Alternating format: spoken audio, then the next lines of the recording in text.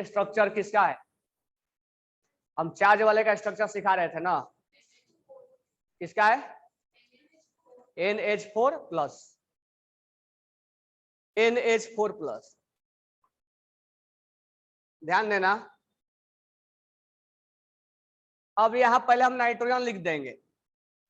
Nitrogen के outer cell में 5 electron, ध्यान देना, ध्यान से सुनना।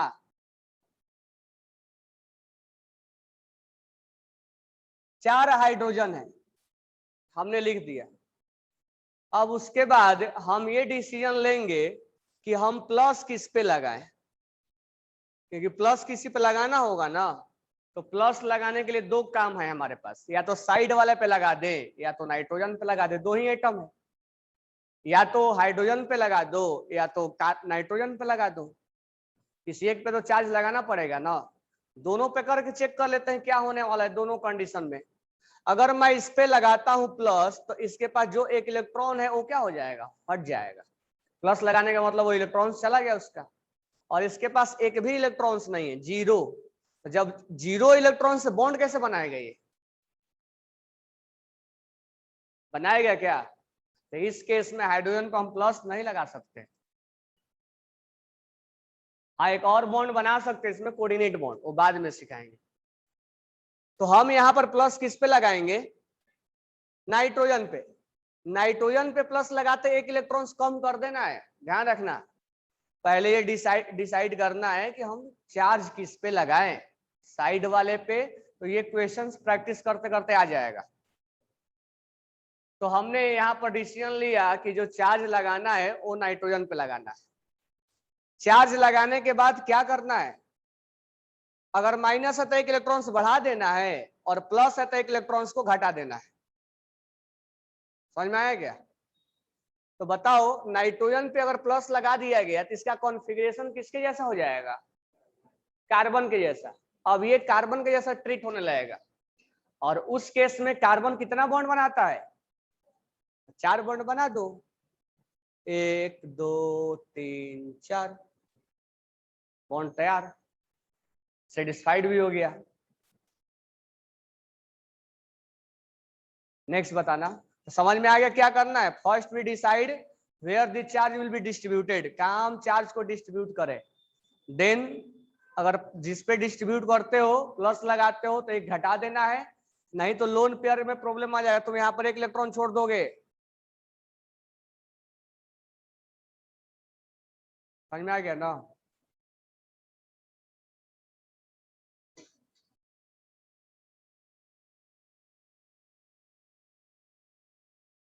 नेक्स्ट बताना। H3O प्लस,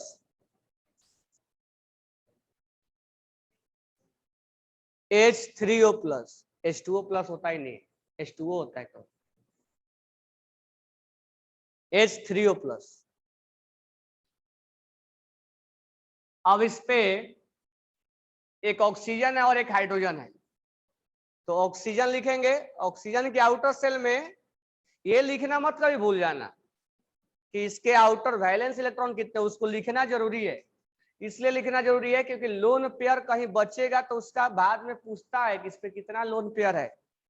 नहीं लिखोगे तो गलती हो जाएंगे, ध्यान रखना। ये वैलेंस इलेक्ट्रॉन्स कभी लिखना मत भूलना, खासकर सेंट्रल एटम को। साइड वाला नहीं भी लिख दो तो चलता है, लेकिन अगर सेंट्रल एटम पे नहीं लिखोगे तो प्रॉब्लम बाद में क्रिएट हो जाएगा। ऑक्सीजन के वैलेंस इलेक्ट्रॉन 6 होता है, 3 हाइड्रोजन है। अब यहां पर अच्छा एक चीज और है, सर बिना प्लस लगाए बॉन्ड नहीं बना सकते थे क्या? देखो, बिना प्लस लगाए अगर बॉन्ड बनाओगे तो गलत बॉन्ड बनाए ना तुम। नाइट्रोजन 4 बॉन्ड बनाता है क्या? नहीं। तो कभी भी NH4 एग्जिस्ट करेगा? नहीं करता है। NH4 never exist. NH3 कर लेगा, NH3 कर लेगा, लेकिन NH4 कभी नहीं करता है, क्योंकि 4 बॉन्ड कभी बनता ही नहीं है। तो जब कोऑर्डिनेट में सिखाएंगे कि ये NH3 जो है ये हाइड्रोजन के साथ कैसे बॉन्ड बनाता है, ये बॉन्ड ये इसमें कनेक्ट होके ये सब चार्ज कैसे क्रिएट हो जा रहा है, वो सब आगे कोऑर्डिनेट जब पढ़ा लेंगे तब सिखाएंगे कि NH4 पे चार्ज प्लस कैसे आ गया है। ठीक है, तो वो सब भी बताएंगे कि प्लस कैसे आ गया है इस पे, तो आगे समझाएंगे। तो अमोनिया एग्जिस्ट करता है, NH4 एग्जिस्ट नहीं करता है। NH4 पे एग्जिस्ट करना पड़ेगा तो उस पर चार्ज आएगा। क्यों आएगा ये बातें हम बाद आगे करेंगे। वाटर एग्जिस्ट करता है, H3O नहीं करेगा कभी भी। क्या ऑक्सीजन 3 बॉन्ड कहीं बनाता है? चाहे ऑक्टेट कंप्लीट हो या ना हो, ऑक्सीजन 3 बॉन्ड बनाता ही नहीं है, तो बॉन्ड कभी तैयार ही नहीं होगा।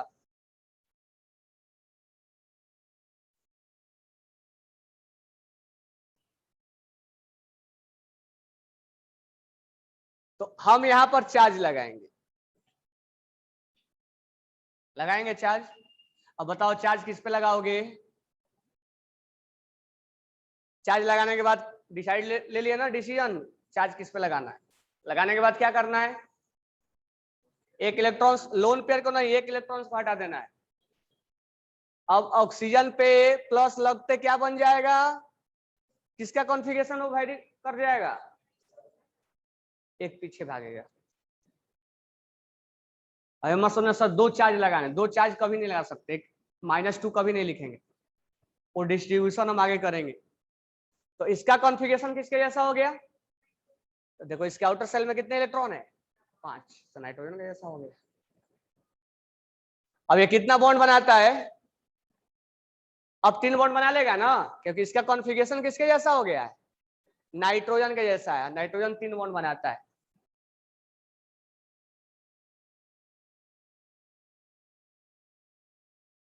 तीन और 5 बॉन्ड बनाता है। Partha only 3 bond will form. Nitrogen never form 5 bond, only 3 bond. कि धीरे धीरे याद करते चलो, इसीलिए मैं धीरे धीरे पढ़ा रहा हूं। समझ में आया क्या? इतना धीरे धीरे कहीं सिखाया नहीं जाएगा तुम्हें कि आराम आराम से तुम एक एक चीज को डिफाइन करके, हर चीज को एक एक स्ट्रक्चर को डिफाइन करके तुम्हें बताया जा रहा है। बस स्ट्रक्चर बना दिया जाएगा, हो जाएगा। इसीलिए आराम आराम से पढ़ा रहे हैं कि एक एक चीज सीखो, कहां पर क्या करना है। और जो चीज बता रहा हूं कि ये काम करना है, ये स्टेप के बाद ये स्टेप, वो सब लिख लिया करो। ये स्टेप, ये नहीं कि मैं लिखवाऊंगा।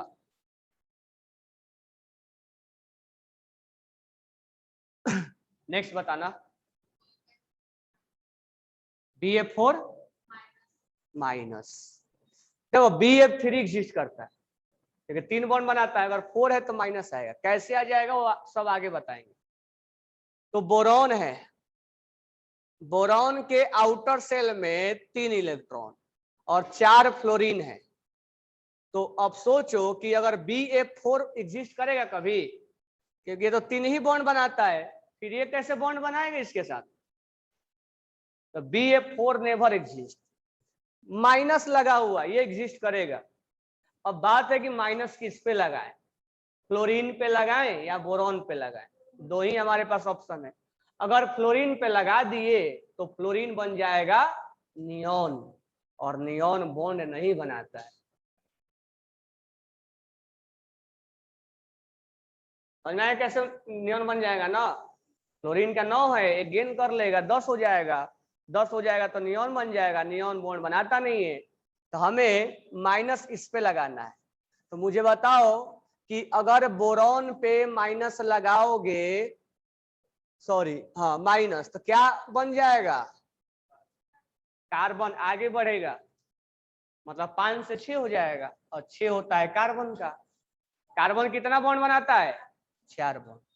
अब माइनस लगाओगे तो 1 इलेक्ट्रॉन बढ़ाना है ना, नहीं बढ़ाना है? बढ़ाना है। प्लस लगाने के बाद 1 इलेक्ट्रॉन जो तुम घटा रहे थे, माइनस लगाने के बाद 1 इलेक्ट्रॉन बढ़ाओगे। या कार्बन का जैसा लिख दो, कार्बन के आउटर सेल में 4 इलेक्ट्रॉन, कार्बन ही बन चुका है। अब तुम 4 बॉन्ड बना दो, 1 2 3 4।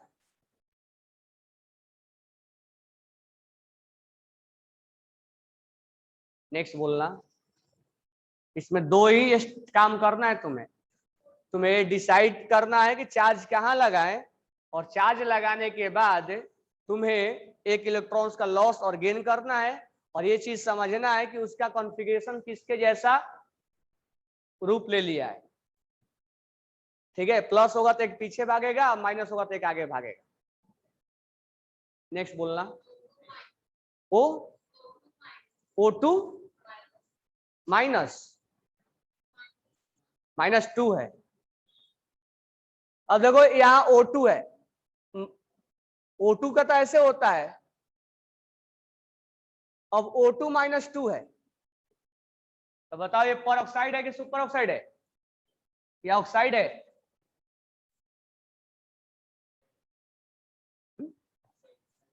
ऑक्साइड है। ये क्या है? ये भी क्या है? ये भी ऑक्साइड है। ये डाइऑक्साइड है।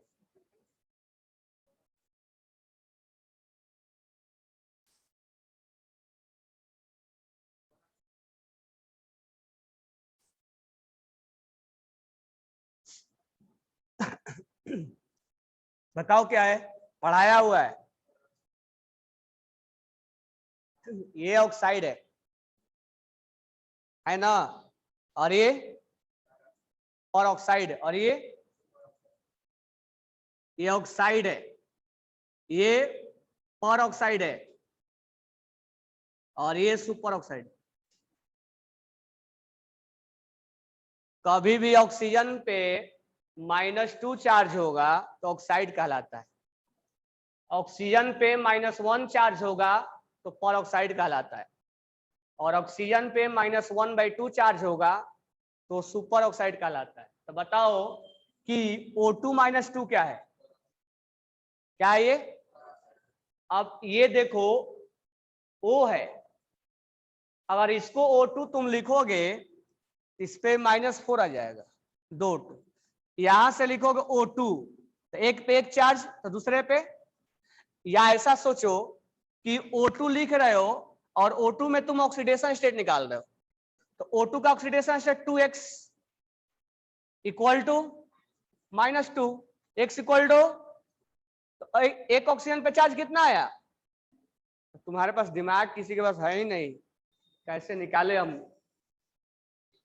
पूछा जाता तो ऑक्साइड है, सुपर ऑक्साइड है।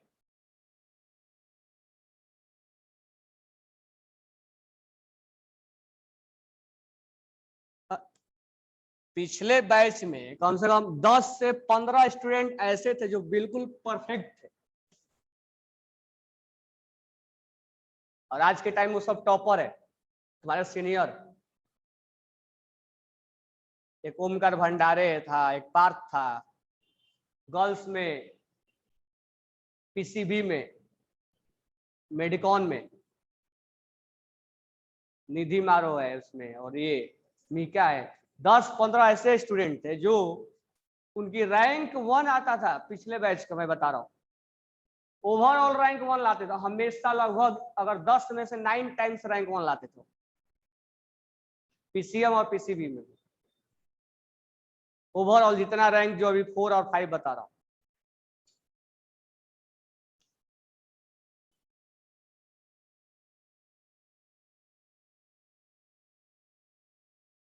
और कई सारे स्टूडेंट है, ऐसा नहीं कि जो मैं नाम ले रहा हूँ वही, बहुत सारे स्टूडेंट थे, कम से कम 10-15, लेकिन इस बैच में मुझे अभी तक ऐसा एक भी जीनियस नहीं मिला उसके जैसा जो उसमें थे। वो परफेक्ट आंसर देते थे, बिल्कुल सटीक आंसर और बिल्कुल करेक्ट आंसर देते थे। उनको कम से कम मैं 5 बुक से उनका क्वेश्चंस बनवाया था मैं। और उसका रीजन ये है कि तुम ज्यादा टाइम इसी में निकाल देते हो समझने में, और वो एक बार में समझ जाते थे, और उसका बाकी टाइम हम क्वेश्चंस बनाने में यूज करते थे।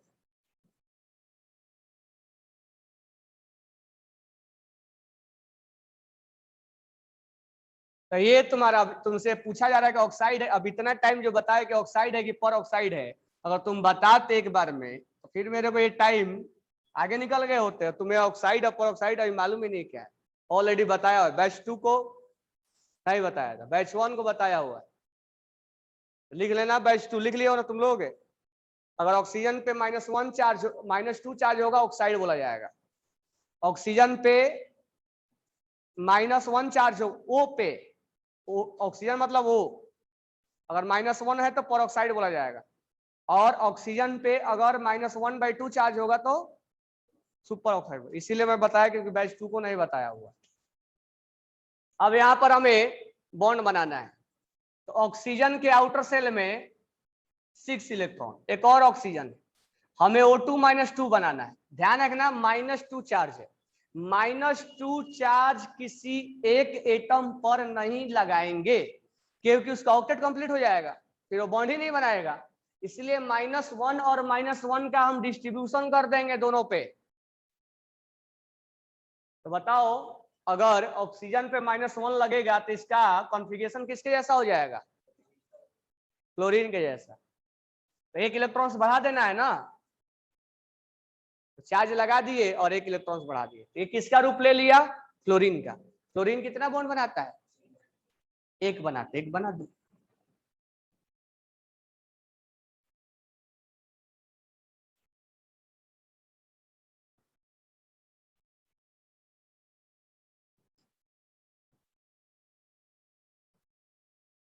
ये परऑक्साइड का स्ट्रक्चर है, ऑक्साइड का नॉर्मली ऐसा होगा।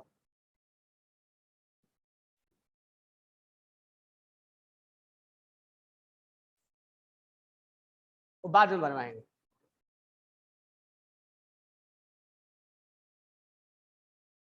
मैं कल ही बोला था कि सारा स्ट्रक्चर एक साथ नहीं बना सकते, पार्ट वाइज बनाएंगे, समय के साथ सीखते जाएंगे, बनवाते जाएंगे। ठीक है, जो अभी बनाने के लायक है अभी बनवाएंगे, कुछ कोऑर्डिनेट में बनवाएंगे, कुछ लर्निंग वाला है। नेक्स्ट बताओ। आए पीओ CO3-। अच्छा, कार्बोनेट आयंस। देखो कैसे बनाएंगे। कार्बन है, तो थोड़ा सा कॉन्सेप्ट सिखा दे रहा हूं मैं तुम लोगों को। कार्बोनिक एसिड का फॉर्मूला क्या होता है? कार्बोनिक एसिड का फॉर्मूला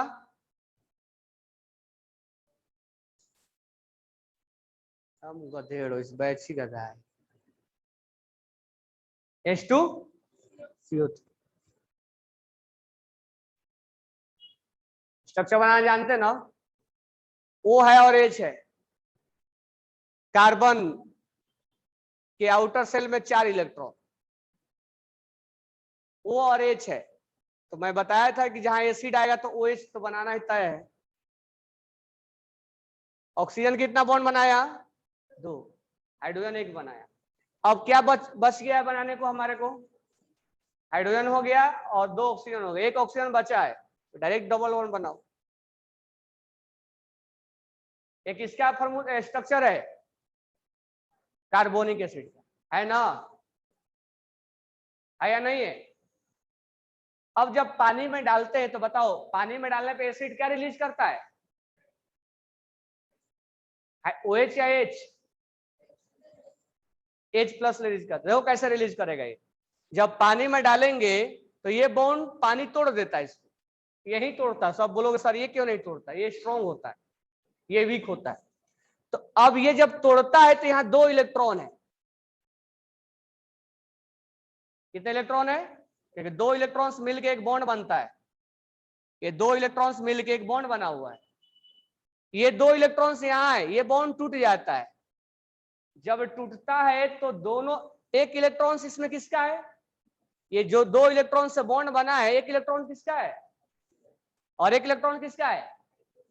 यहाँ भी कुछ ऐसा ही है। जब बॉन्ड टूटता है यहाँ पे तो ऑक्सीजन बोलता है कि हमारा इलेक्ट्रोनेगेटिविटी हाइड्रोजन से ज्यादा है, इसीलिए हम दोनों इलेक्ट्रॉन्स अपना भी और हाइड्रोजन को भी ले लेंगे। तो इलेक्ट्रोनेगेटिविटी ज्यादा होने की वजह से ऑक्सीजन हाइड्रोजन वाले इलेक्ट्रॉन्स को भी क्या कर लेता है? कैप्चर कर लेता है, अपने पास खींच लेता है।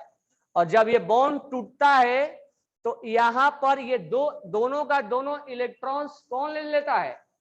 ऑक्सीजन। और 2 इलेक्ट्रॉन्स की वजह से एक निगेटिव चार्ज क्रिएट होता है। तो 2 इलेक्ट्रॉन्स की वजह से बॉन्ड भी बनता है और 2 इलेक्ट्रॉन्स की वजह से निगेटिव चार्ज भी लगता है। तो बताओ हाइड्रोजन पे चार्ज क्या लगेगा, माइनस। इसका इलेक्ट्रॉन्स कौन ले लिया, ऑक्सीजन। इसलिए अब इसके पास कितने इलेक्ट्रॉन्स बचे, 0। इस पे चार्ज क्या लगेगा, प्लस, क्योंकि अगर से इलेक्ट्रॉन चला गया, इसके दुनिया से इलेक्ट्रॉन चला गया है तो प्लस लगाएगा, वो इलेक्ट्रॉन्स इसके दुनिया में आ गया है यहाँ माइनस लगेगा। इसीलिए बोला जाता है कि एसिड जो है H+ लूज करता है। यहाँ क्या होगा, दोनों इलेक्ट्रॉन्स कौन ले लेगा, साइन क्या लगेगा, और यहाँ क्या हो जाएगा। तो देखो कार्बोनिक एसिड कैसे अपना H+ लूज किया, समझ में आ गया। मोर इलेक्ट्रोनेगेटिव पे नेगेटिव होगा और लेस इलेक्ट्रोनेगेटिव पे, यानी हाइड्रोजन हमेशा, एसिड हमेशा H+ लूज करता है, एसिड H+ लूज करता है, तो कुछ ऐसा ही लूज करता है और यहीं जाके पानी में मिक्स हो जाता है, इसकी वजह से वो एसिडिक बिहेवियर दिखाता है।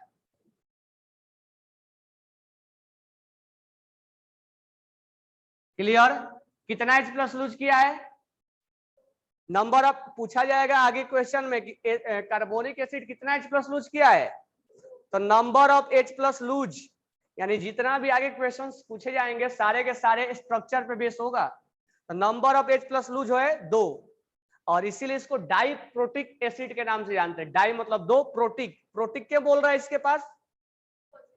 इसके पास इलेक्ट्रॉन्स कितने हैं, 0 इलेक्ट्रॉन है, प्रोटॉन कितने हैं और न्यूट्रॉन कितने हैं, न्यूट्रॉन नहीं होता हाइड्रोजन में, ध्यान रखना। हाइड्रोजन का एटॉमिक नंबर 1 मास V1 होता है, इसमें 1 प्रोटॉन होता है, 1 इलेक्ट्रॉन होता है, 0 न्यूट्रॉन होता है। जब इलेक्ट्रॉन्स लॉस हो जाएंगे तो 0 इलेक्ट्रॉन्स होता है और 1 प्रोटॉन और 0 न्यूट्रॉन, केवल और केवल प्रोटॉन बचा हुआ है, इसलिए इसको प्रोटॉन भी बोलते हैं, प्रोटॉन, क्योंकि एक ही प्रोटॉन बचा हुआ, तो इसीलिए इसको हम बोलते हैं डाई प्रोटिक। प्रोटिक का मतलब 2H+, प्रोटिक का मतलब H+, डाई प्रोटिक एसिड के नाम से जानते हैं। ये सब आगे क्वेश्चंस पूछा जाएगा।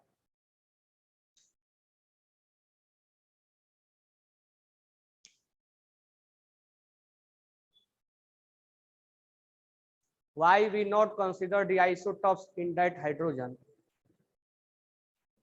पर यहाँ आइसोटॉप्स के बारे में बात कर रहे हैं।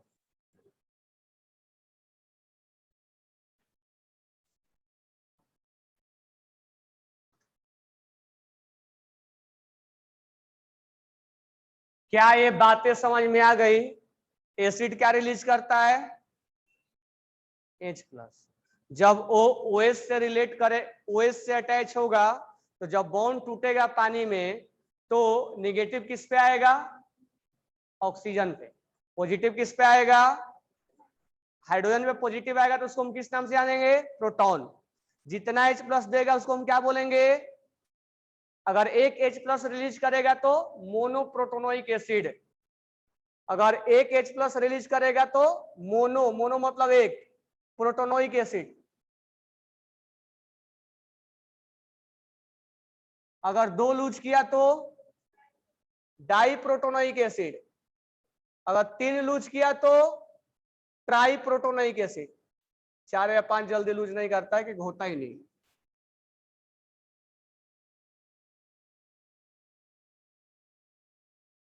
समझ में आ गया।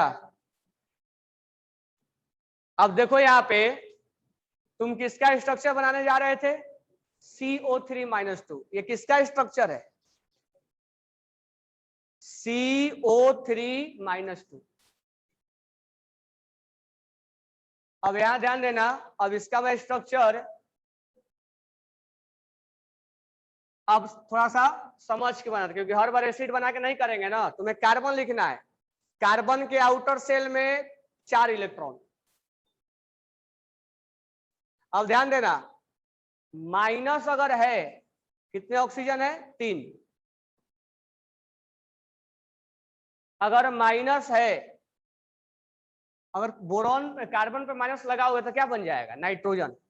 नाइट्रोजन 3 बॉन्ड बनाता है, ये बॉन्ड कंप्लीट ही नहीं हो पाएगा।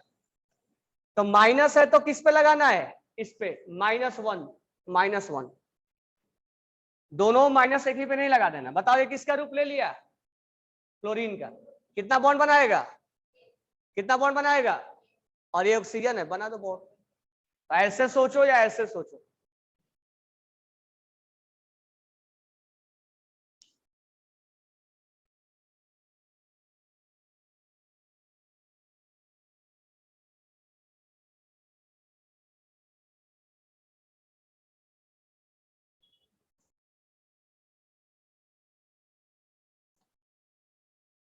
हम मोनोबेसिक एसिड भी बोलते हैं।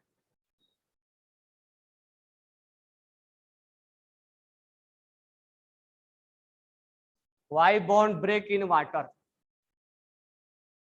समय के साथ सीख लोगे, जितना पढ़ाया उतना ध्यान रखो।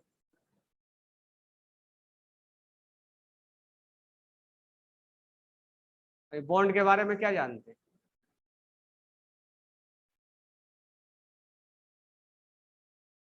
ये बातें समझ में आ गई। नेक्स्ट स्ट्रक्चर बोलो।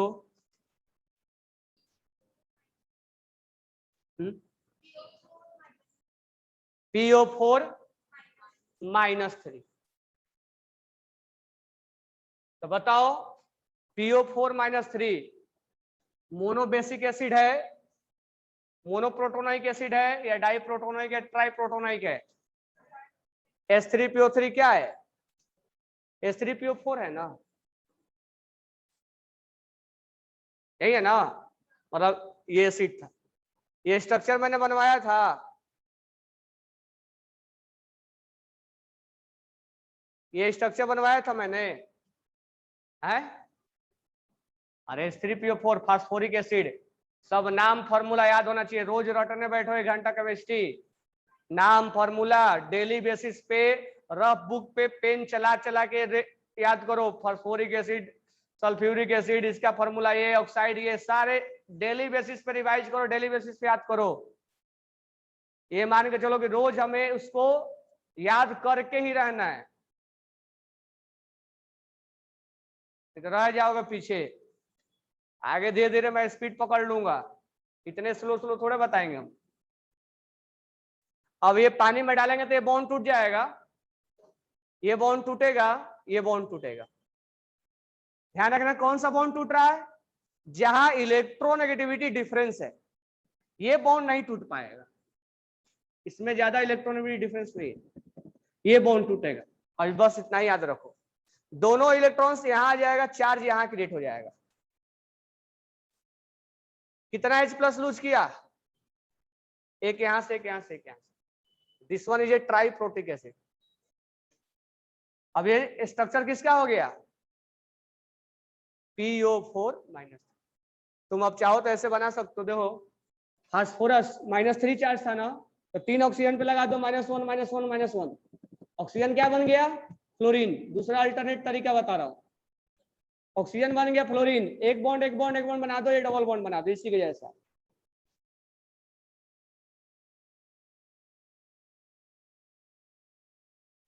बात क्लियर, नेक्स्ट बोलो। अब यहीं पर एक और बना लेना H3PO3 का, ये जेई में आया हुआ क्वेश्चन। H3PO3 का स्ट्रक्चर ऐसे नहीं बनता है, तुम अगर बनाओगे POH POH और POH, तुम बोलोगे सर तो हमने सही बनाया है, फास्फोरस 3 बॉन्ड बनाता है और ये बिल्कुल सब सही लग रहा है, लेकिन ये स्ट्रक्चर ऐसे नहीं बनता है, ठीक है, ये स्ट्रक्चर ऐसे बनता है।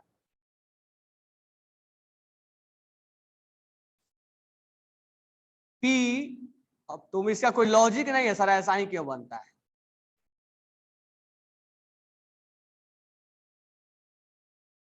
ये स्ट्रक्चर ऐसे बनता है, ये स्ट्रक्चर कभी भी ऐसे नहीं बनाओगे कि सर फास्फोरस 3 बॉन्ड बनाता है, क्या प्रॉब्लम है, बनाया तो है, सबका बॉन्ड सेटिस्फाइड है, but this structure is not exist,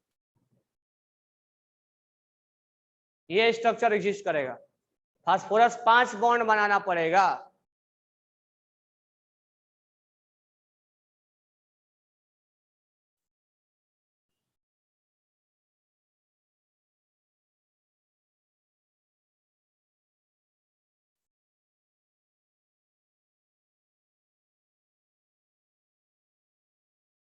ठीक है, ये मत बनाना। अब ध्यान देना, जब पानी में डालेंगे ना इसको, जब पानी में डालेंगे तो ये टूटेगा, ये टूटेगा, लेकिन ये नहीं टूटेगा। क्यों? हिंदुस्तान पेट्रोलियम इलेक्ट्रोनेगेटिविटी बताया था कितना होता है, 2.1। इस दोनों का इलेक्ट्रोनेगेटिविटी लगभग बराबर है, इसलिए बॉन्ड ये टूटता नहीं है, तो केवल यही दोनों टूटेगा।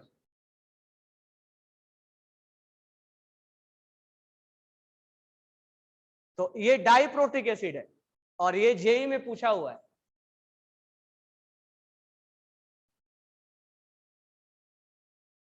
देखने के लिए तुम्हें 3 दिख रहा है, तुम सोचोगे सर जितना एच दिखेगा उतना बोल देंगे, जितना एच दिखेगा उतना बोल देंगे।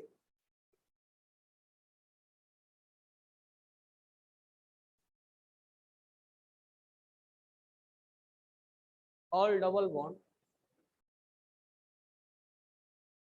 जितना एच दिखेगा उतना बोल देंगे सर। ये 3 दिख रहा है तो 3 नहीं है, इसमें क्या है, डाई है, 2 है। इसमें 3 था तो 3 था। ऐसा नहीं होता है कि जितना एच दिखेगा उतना हम बोल देंगे। 1 एच दिखेगा तो मोनो बोल देंगे, 2 एच दिखेगा नहीं, ये 3 दिख रहा है लेकिन 2 ही एच प्लस लूज कर रहा है। ये फास्फोरिक है, ये फास्फोरस है, ध्यान रखना, phosphorus acid is diprotic acid.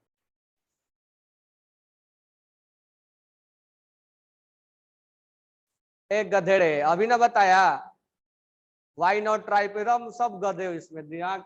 अरे अभी बताया कि इस दोनों का इलेक्ट्रॉनिक क्या होता है, सेम होता है, इसलिए बॉन्ड नहीं टूटेगा। ये बॉन्ड कौन टूटेगा, जहां इलेक्ट्रोनेगेटिविटी डिफरेंस है। जब तक बैच सेपरेट नहीं होगा ना तब तक कुछ नहीं हो सकता इस बैच का। नेक्स्ट बोलो, SO4 -2 है, -2 है ना, सल्फेट आयंस।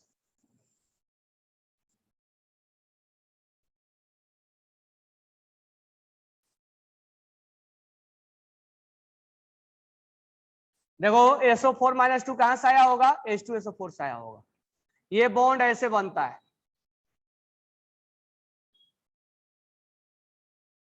कितना H प्लस लूज करेगा, H2SO4 का बॉन्ड बनवाया हूं ना, 2 लूज करेगा, माइनस और माइनस।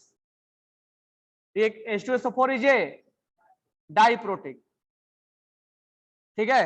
अब हर बार तुम एसिड बना के स्ट्रक्चर थोड़ा ना बनाओगे, कैसे बनाओगे, सल्फर के आउटर सेल में 6 इलेक्ट्रॉन लिख दोगे।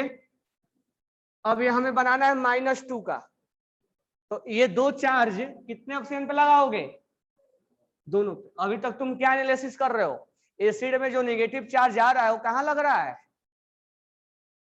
एसिड में जो नेगेटिव चार्ज आ रहा है वो कहां लग रहा है, ऑक्सीजन पे लग रहा है। यही ऑब्जर्व किया ना, carbonic acid, sulphuric acid, phosphoric acid. तो सल्फ्यूरिक एसिड जब पानी में डाला जाता है तो सल्फेट आयंस जनरेट करता है, ये सल्फेट आयंस है। कार्बोनिक एसिड को जब पानी में डाला जाता है तो कार्बोनेट आयंस जनरेट करता है। फास्फोरिक एसिड को जब पानी में डाला जाता है फॉस्फेट आयंस जनरेट करता है। नाइट्रिक एसिड को जब पानी में डाला जाता है तो नाइट्रेट आयंस जनरेट करेगा। ये जो आयंस बने हैं कहीं ना कहीं किसी का बॉन्ड टूट के बना हुआ है।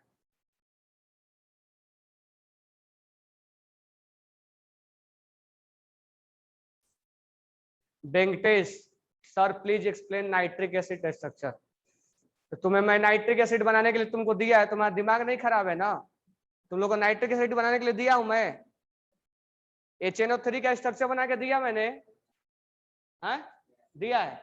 तो क्या बोला था बनाने के लिए, कोऑर्डिनेट बॉन्ड है इसमें, HNO3 में कौन सा बॉन्ड है, तो क्या सिखाया था कि जब कोऑर्डिनेट आएगा, गलती से स्ट्रक्चर दे दिया मैंने, जब कोऑर्डिनेट आएगा तो मैं वहां सिखाऊंगा।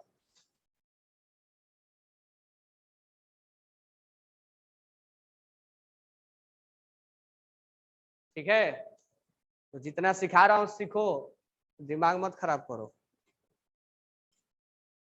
ये समझ में आ गया। जब नाइट्रिक एसिड का अभी एग्जांपल मैं नहीं ले रहा हूं क्योंकि इसमें कोऑर्डिनेट बॉन्ड बनता है, और कोऑर्डिनेट बॉन्ड तुम्हें बनाने के लिए मैं सिखाया नहीं, गलती से स्ट्रक्चर आ गया था, बॉन्ड ऐसे बनता है।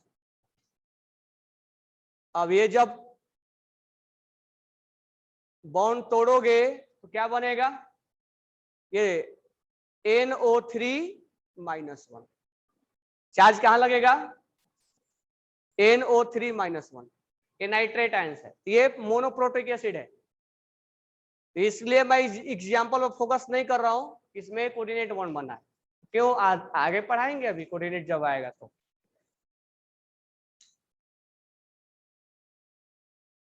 नेक्स्ट बताना,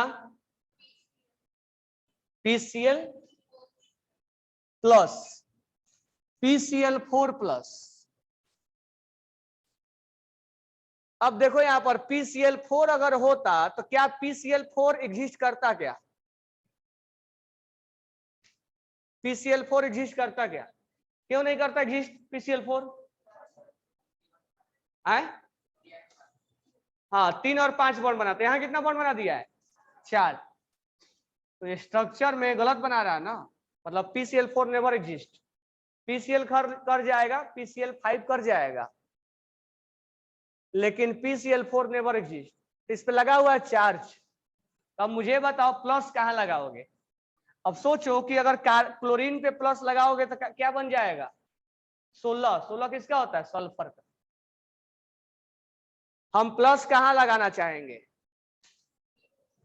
बताओ, फास्फोरस से प्लस लगाओगे तो क्या बन जाएगा, सिलिकॉन, पीछे भागो, एक 15 होता है, एक हटा दो, फिर 14 हो जाएगा, 14 किसका होगा,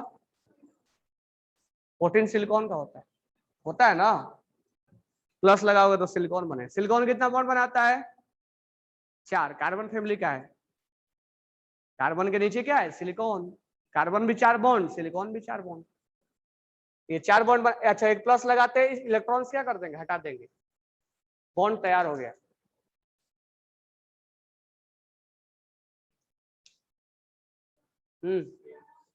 कर दो।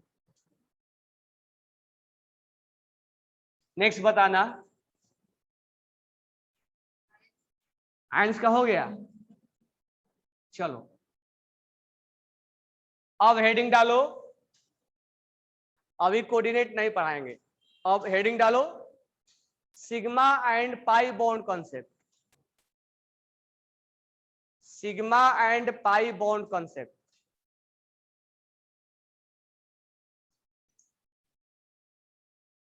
Sigma and pi bond concept.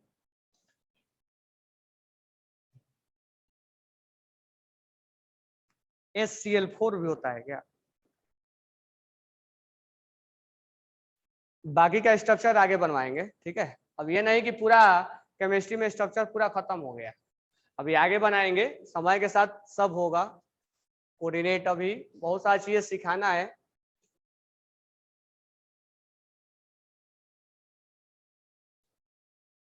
Sigma and pi bond concept, तो अब मैं तुम्हें सिग्मा बॉन्ड और पाई बॉन्ड काउंट करने के लिए बता दिया हूं ना, तो एक क्वेश्चन तो पूछा जाएगा कि बताओ एक स्ट्रक्चर में कितना सिग्मा बॉन्ड है और कितना पाई बॉन्ड है, वो निकाल लोगे ना।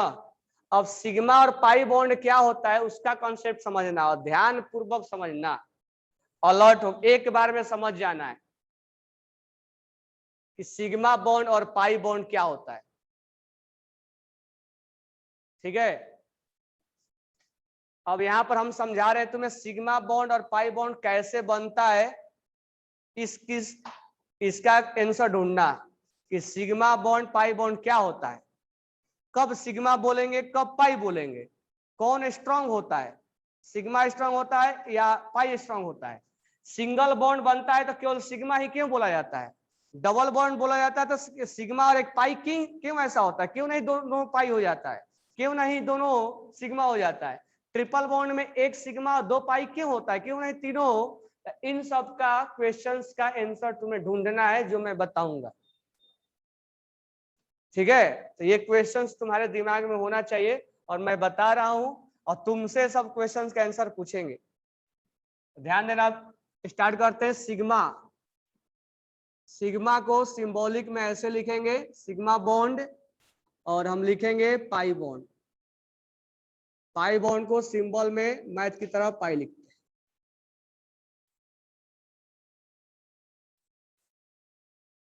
अब ध्यान से समझना यहां पे,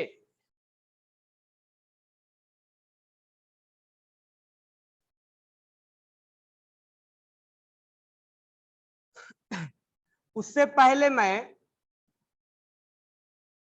सिग्मा और पाई बताऊं, ओवरलैपिंग के बारे में थोड़ा सा कॉन्सेप्ट बता रहा हूं। ओवरलैपिंग, ओवरलैपिंग का मतलब क्या होता है, इसका मीनिंग समझेंगे तब हम सिग्मा और पाई बॉन्ड के बारे में जानेंगे। अब ध्यान से समझना, यहां से सारे अलर्ट होकर समझना। हाइड्रोजन के एक इलेक्ट्रॉन है और एक हाइड्रोजन के इलेक्ट्रॉन्स है, ये दोनों इलेक्ट्रॉन शेयर हुए और शेयरिंग के बाद बॉन्ड बना। बॉन्ड बनने के बाद ये कोवैलेंट के नाम से कहलाता है। शेयरिंग हुआ दोनों इलेक्ट्रॉन्स के बीच में, डुप्लेट कंप्लीट हुआ और दोनों में बीच में कोवैलेंट बॉन्ड बना। ठीक है, अब ये मुझे ये बताओ कि ये इलेक्ट्रॉन्स किस ऑर्बिटल्स का है, मतलब किस सबसेल का है, किस सबसेल का है। इस मैं बताया था ना कि सब आएगा, अब आएगा ये, तो ये एस सबसेल का है। ये ऑर्बिटल्स किस सबसेल का है, एस। अब ये ऑर्बिटल्स और ये ऑर्बिटल्स शेयरिंग करने का मतलब ओवरलैपिंग। तुम्हें फजान से बताया था ओवरलैपिंग का, तुम्हें दिखाया था ना उसमें एक वीडियो जिसमें कैसे एक ऑर्बिटल्स दूसरे ऑर्बिटल्स के बीच में ओवरलैप हो रहा है, बताया था ना। तो ये इलेक्ट्रॉन जो है वो एस सबसेल में है या एस ऑर्बिटल्स में है, और ये इलेक्ट्रॉन्स एस ऑर्बिटल्स में है। जब दोनों ये ओवरलैप होंगे, यानी दोनों जब शेयर होंगे, तो शेयरिंग का मतलब ओवरलैपिंग होता है। तो अगर हम यहां पर बात करें तो मुझे बताओ एस सबसेल का, बैच 3 बताओ, एस सबसेल का शेप क्या होता है, कल ही बताया था। Shape of subshell sorry S orbitals, round लेके भेज रहा होगा था।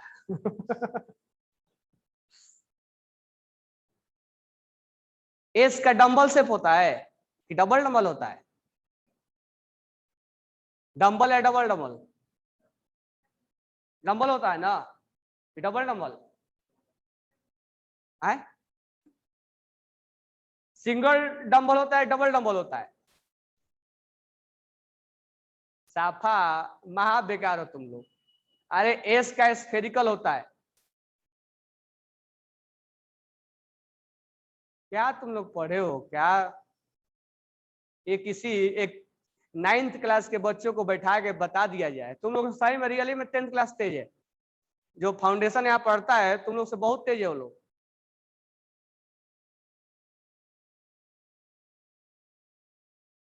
अरे एस सबसेल डंबल शेप होता है, फंडामेंटल में पढ़ाया था कि नहीं पढ़ाया था। एस सबसेल स्फेरिकल होता है।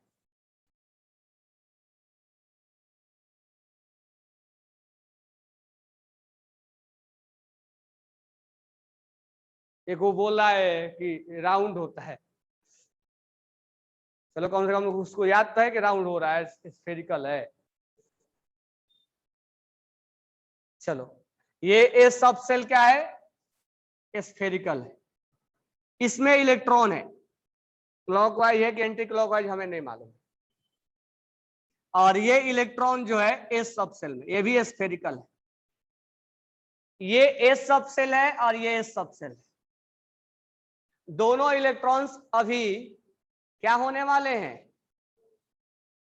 शेयरिंग में आने वाले हैं। तो थोड़ा सा ऐसे भी देखते चलते हैं, सब तरीके से देख रहे हैं। 1s1 है, यानी यहां पर एक इलेक्ट्रॉन है और एक दूसरा हाइड्रोजन 1s1 है, दो हाइड्रोजन है।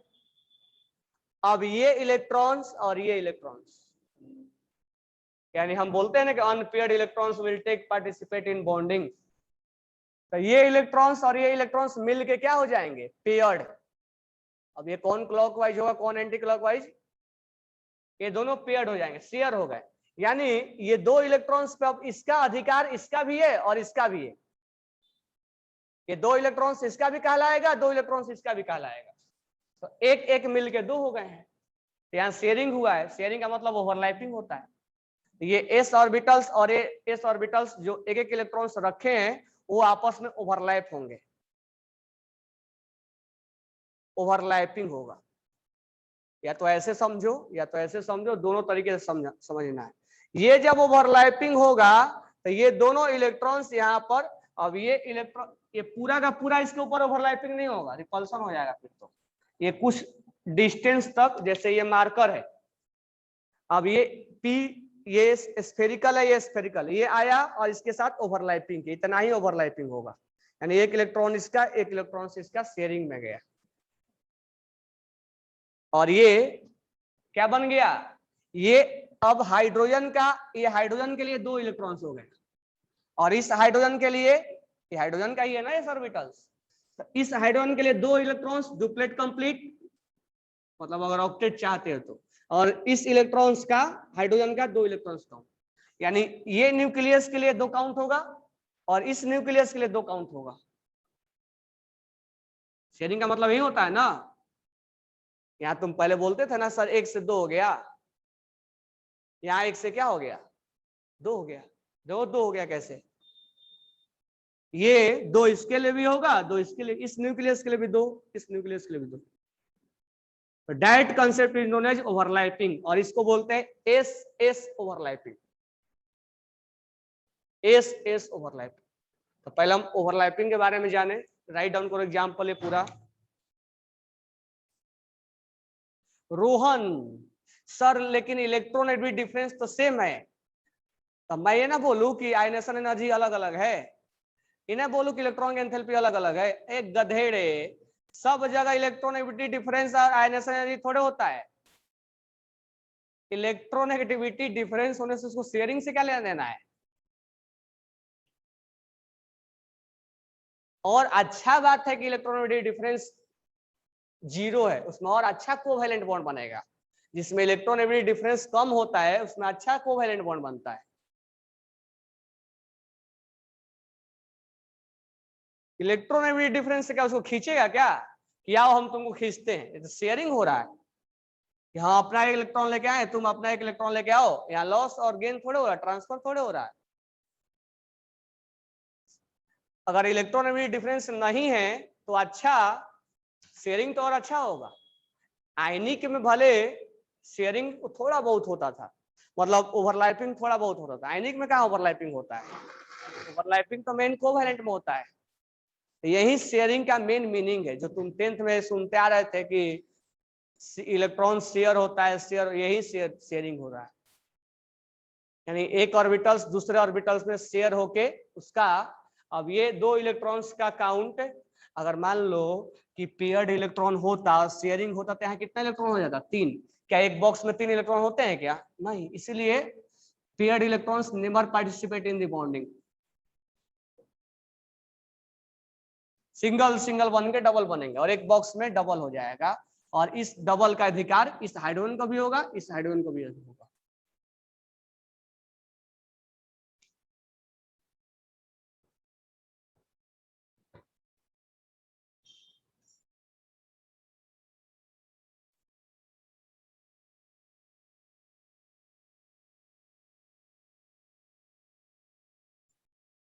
बात क्लियर।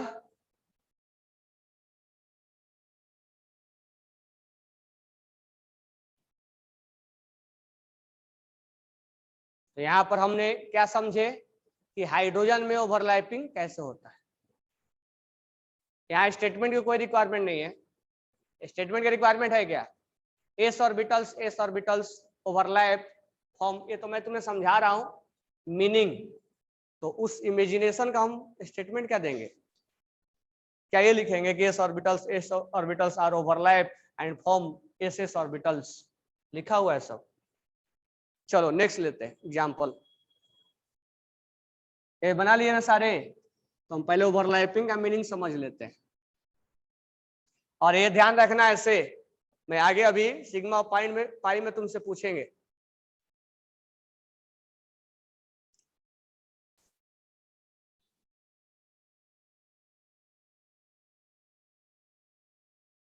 नेक्स्ट एग्जांपल है, अगर हम ले तो HCl लेते हैं।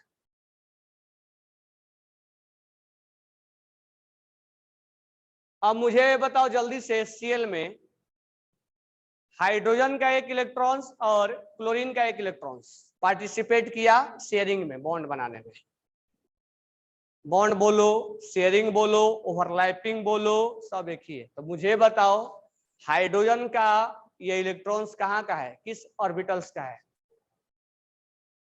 कहाँ का है? और क्लोरीन का इलेक्ट्रॉन्स कहाँ का है? पी का है ना? यानी एक ऑर्बिटल्स एस का, एक इलेक्ट्रॉन्स एस ऑर्बिटल्स का है और एक इलेक्ट्रॉन्स पी का है। तो हाइड्रोजन का ये इलेक्ट्रॉन्स एस का है और क्लोरीन का इलेक्ट्रॉन्स कहाँ का है? ठीक है। पी एक्स होता है, पी वाई होता है, पी जेड होता है, किसी एक कोई मान लो, पी एक्स मान लो। पी एक्स कैसा, पी कैसा किस शेप का होता है? डम्बल शेप का होता है ना, कि डबल डम्बल होता है? डम्बल, ये डम्बल शेप का होता है। तो ये एस हो गया और ये पी हो गया। ये इलेक्ट्रॉन्स ये वाला है, ये इलेक्ट्रॉन्स ये वाला है। अब शेयरिंग हुआ, शेयरिंग का मतलब ओवरलैपिंग, ओवरलैपिंग का मतलब शेयरिंग, यानी एक दूसरे के पास आएंगे। यहाँ ओवरलैपिंग होगा, ओवरलैपिंग मतलब ये शेयर होंगे। शेयर का रहने का मतलब हमारे पे तुम्हारा अधिकार है, तुम्हारे पे मेरा है, तो जब तक एक दूसरे के ओवरलैप नहीं होंगे तो कैसे होगा?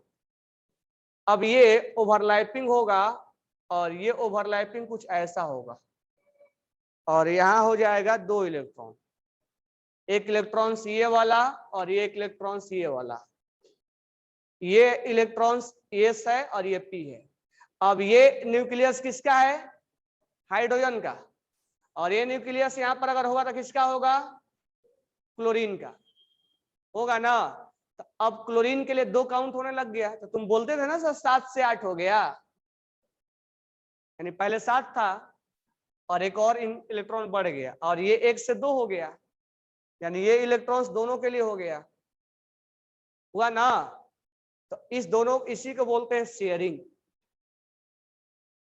अगर रियल बात बोले तो इसी को बोलते हैं शेयरिंग, इसी को बोलते हैं ओवरलैपिंग। ये ओवरलैप हो गया है और इसी वजह से कोवैलेंट नेचर कहलाएगा। तो बताओ इस ओवरलैपिंग का नाम क्या देंगे?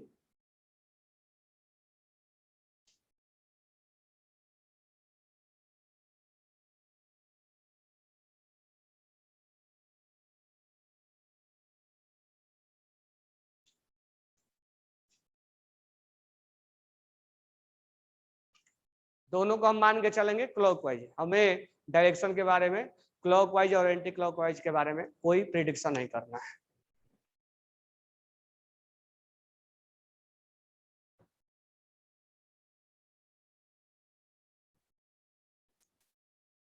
कहीं कहीं समझ लो,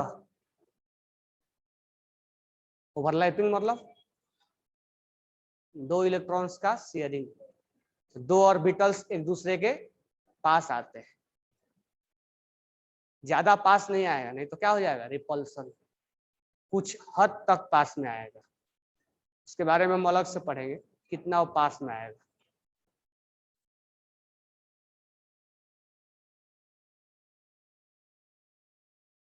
बना लिए स्ट्रक्चर?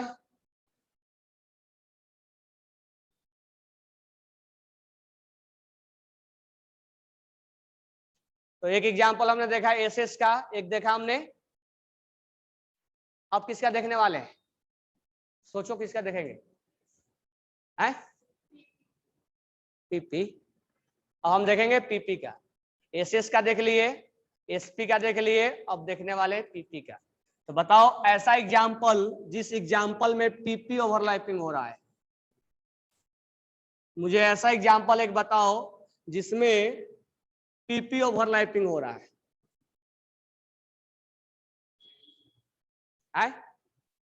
चलो बहुत जने ने भेजा है Cl2, किसी ने O2 ने भेजा है, O2 में भी है, Cl2 ले लेते हैं।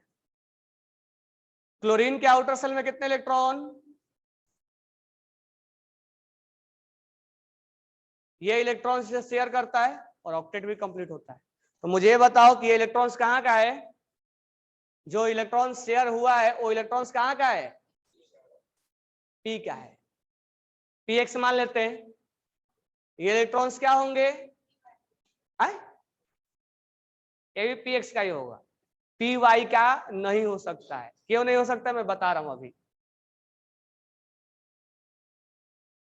हम इसको पी एक्स माने ना तो इसको भी पी एक्स मानना पड़ेगा। अगर तुम बोलो सर पी वाई मानो, पी वाई मानो, तो इसको भी पी वाई ही मानना पड़ेगा। सर पीजेड मान लो तो इसको भी पीजेड ही मानना पड़ेगा। सर दूसरा नहीं ले सकते, नहीं, उसका रीजन आगे बता रहा हूं। या तो ये एज्यूम करो, या तो ये करो, या तो ये करो।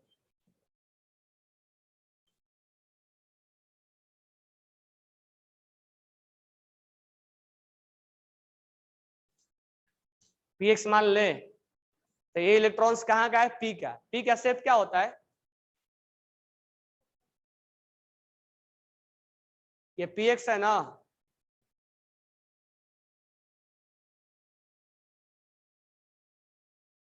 ये इलेक्ट्रॉन्स एक क्लोरीन का है जो बॉन्ड बनाने में ओवरलैपिंग हो जा रहा है। ये इलेक्ट्रॉन्स यहाँ का है जो ओवरलैपिंग हो जा रहा है। यही इलेक्ट्रॉन्स ओवरलैपिंग शेयरिंग हो जा रहा है ना। अब क्या हो गया, ओवरलैपिंग।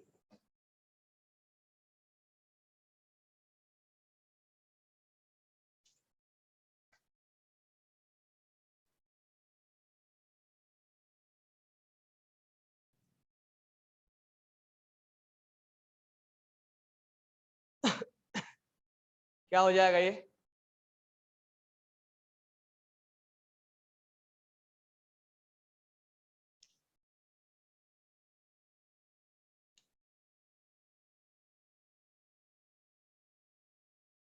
इस ओवरलैपिंग का नाम क्या देंगे,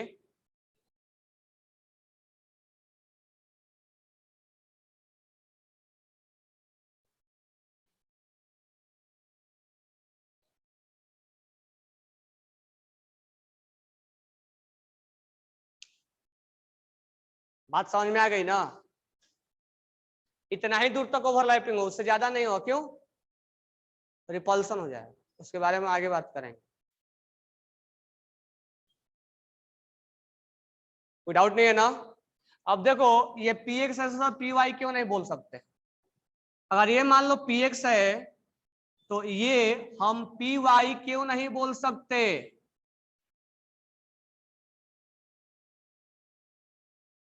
तो एक एक्स एक्सिस में है और एक वाई एक्सिस में है, तो दोनों परपेंडिकुलर कभी ओवरलैप नहीं होते हैं। दोनों परपेंडिकुलर ओवरलैप नहीं होते। तो ये एक ऐसा हो और एक ऐसा हो, ये परपेंडिकुलर हो गया, नेवर ओवरलैप। कभी ओवरलैपिंग ऐसा पॉसिबल ही नहीं होगा कि एक पी एक्स में हो और एक पी वाई में हो। ये ओवरलैपिंग पॉसिबल ही नहीं है। या तो पी एक्स हो, या पी वाई हो, या पी जेड हो। ये पी एक्स है,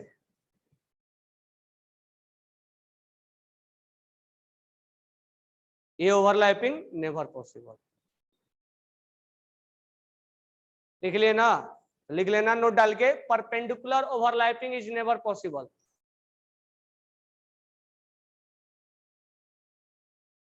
पी वाई में कैसे होगा बता रहा हूं।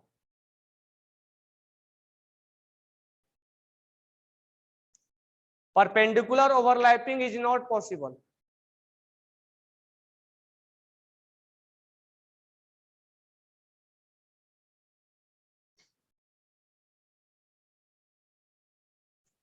पी एक्स हो जाएगा, पी वाई हो जाएगा, और पी जेड हो जाएगा। ये तीनों पॉसिबल है।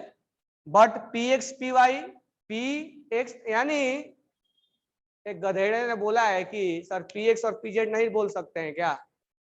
एक गधेड़े, जब बात कही दिया मैंने कि परपेंडिकुलर है, तो तुम पी वाई बोलो या पी जेड बोलो, वो भी तो परपेंडिकुलर है। जब मैं नोट डाल के लिख ही दिया कि perpendicular overlapping is not possible, तो कोई भी बोल सकते हैं।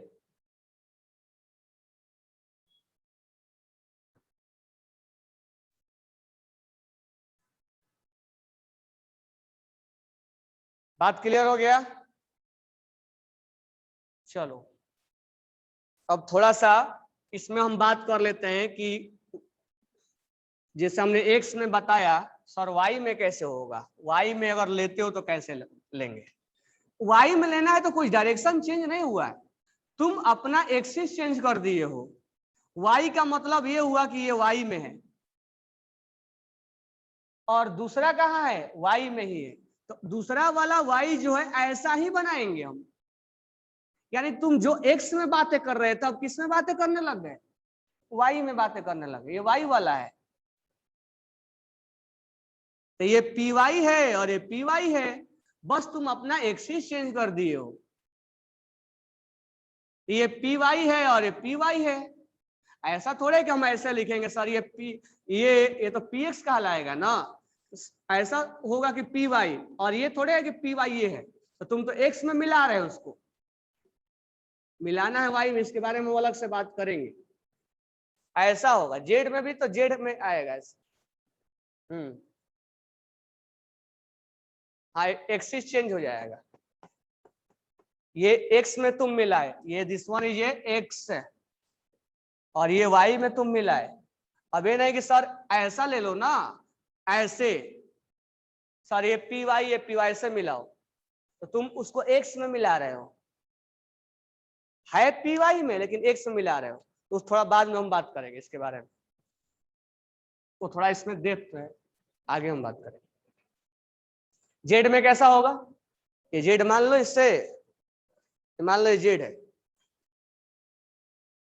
ये एक्स है, ये वाई है और ये जेड है। जेड में दोनों का इस वे में मिला दो, इसमें ऐसे दोनों में मिला दो इससे। ठीक है, और इसके बारे में थोड़ा और आगे बात करेंगे, तो पहले इतना समझ लो। तो पी एक्स और p y never overlap, p y p z never overlap, जब भी होगा तो ये होगा परपेंडिकुलर नेवर। ये एक्सिस के बारे में बात हम आगे कर लेंगे। ये पी वाई वाला थोड़ा बहुत समझ में आ गया ना। तो हमने तीन चीज पढ़ा, एक एस एस पढ़ा, एक एस पी पढ़ा और एक पीपी पढ़ा।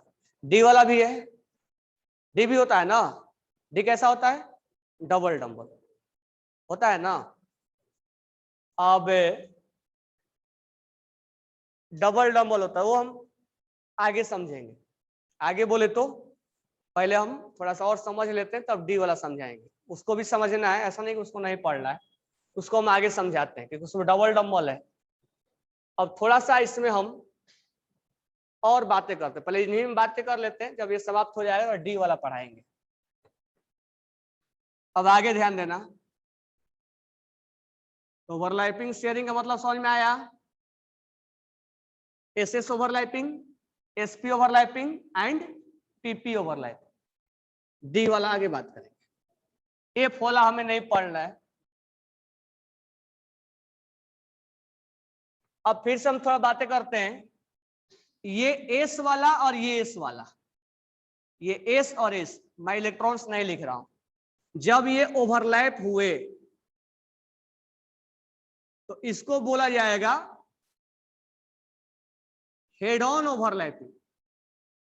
हेड ऑन, हेड ऑन का मतलब ये हुआ कि जैसे ये एक फुटबॉल है या सर्कल है और ये सर्कल आगे सामने से मिल रहा है, सामने हेड से हेड मिल रहा है, उस ओवरलैपिंग को क्या बोलेंगे, हेड ऑन। ठीक है, अच्छा बताओ कभी सर्कल, चलो वो बाद में बात करें। एक एस है और एक पी है, एक एस है और एक पी है, अगर ये ओवरलैप हुआ तो इसको हम क्या बोलेंगे, हेड ऑन ओवरलैपिंग। यानी जो भी हम एग्जांपल लिखने वाले हैं हेड ऑन के लिखने वाले हैं। हेड ऑन मतलब सामने सामने, हेड टू हेड, कोई एक का हेड दूसरे के हेड से उसको लड़ा दिया गया।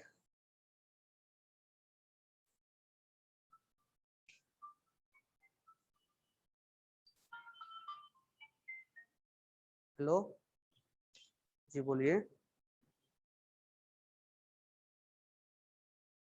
ये हेड ऑन समझ में आया? तो ये एस एस है और ये एस है और पी एक्स है, दोनों लिख लिए ना, कोई डाउट नहीं है ना इसमें? अब ध्यान देना, अगर मान लो एक फुटबॉल है यानी एस है और उसको पी एक्स के साथ, ये पी एक्स मान लेते हैं, जरूरी थोड़ा कि पी वाई ही होगा, पी एक्स ही होगा, पी वाई मान लेते हैं। अब सोचो एक फुटबॉल है, क्रिकेट का बॉल है और पी वाई है, तो पी एक्स ऐसे लेना है, और मेरा पी एक्स ना, पी वाई ऐसे। अब फुटबॉल आ रहा है तो फुटबॉल आके यहां से मिलेगा, यानी सर्कल को कहीं से भी जोड़ोगे तो हेड ऑन ही होगा। सर्कल आके यहां से जुड़ गया,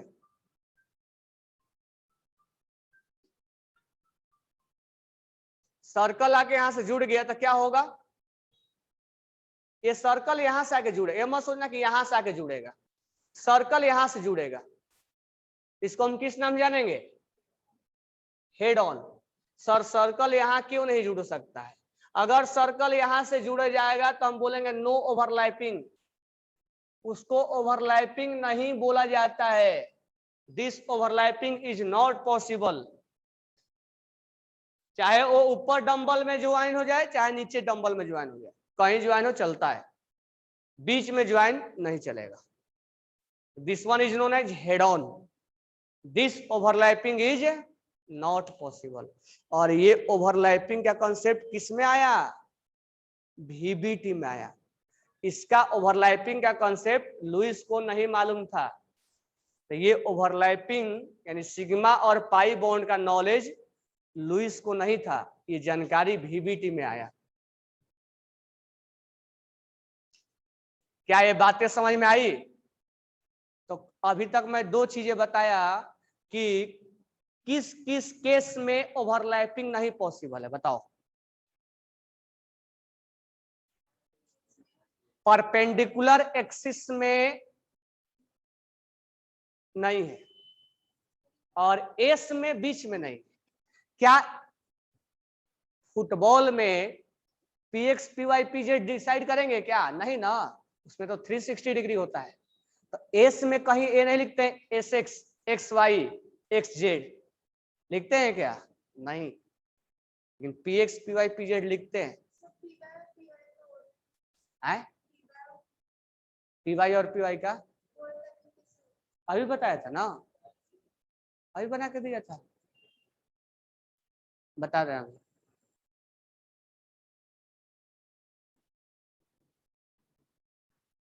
ये समझ में आ गया इतना पॉइंट? हर एक पॉइंट में क्वेश्चन है, ध्यान रखना। SS overlapping clear? SS overlapping, दो सर्कल या दो फुटबॉल हमेशा क्या मिलेंगे, हेड ऑन मिलेंगे।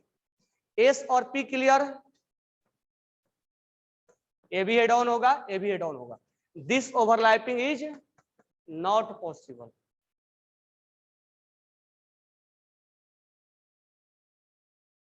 क्लियर है? अरे जो पी एक्स में मिला रहा हो पी वाई पी जेड में मिला, p x p y p z, p y p z अभी दिमाग से हटा दो, वो इजी है, वो एक्सिस चेंज कर रहे हो। पहले इसको हेड ऑन को समझो। एक क्लियर? बात क्लियर ना? एस एस हो गया, पीपी हो गया, एस एस एस हो गया और एसपी हो गया। अब आते हैं पीपी पे।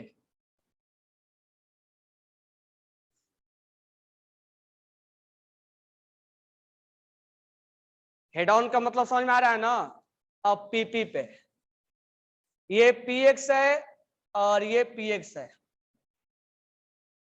ये दोनों एक दूसरे को ओवरलैप होंगे, तो सामने से सामने ये ओवरलैप होगा, और इस ओवरलैपिंग को हम बोलेंगे कि ये पी एक्स कौन सा ओवरलैपिंग है, हेड ऑन। सामने से आके सामने मिल रहा है, ये पी एक्स है और ये पी एक्स है, आ कैसे मिल रहा है, that overlapping is known as head on. अब ये मत सोचने लग जाना सर पी वाई कैसे होगा, तो देखो यहाँ पर तुम एक्सिस माने हो पी एक्स, वाई में करवाना है तुम्हें ना, ऐसे तुम्हें अपने आप को वाई में लेके जाना पड़ेगा। तुम तो एक्स, अब तुम एक्स एक्सिस में खड़े होके और ओवरलैपिंग पी वाई में थोड़े करा पाओगे, तुम्हें कहाँ जाना पड़ेगा, वाई में। ये हो गया तुम्हारा पी वाई। अब तुम्हें पी वाई में जाना पड़ेगा, इधर मत लिख देना।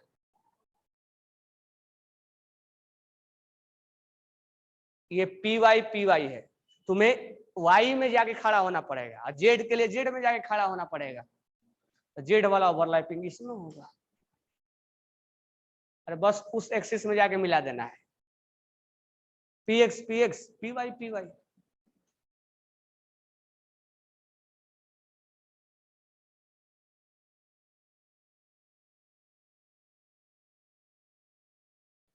पी वाई है, पी एक्स और पी वाई का ओवरलैपिंग नहीं, नहीं होगा ना।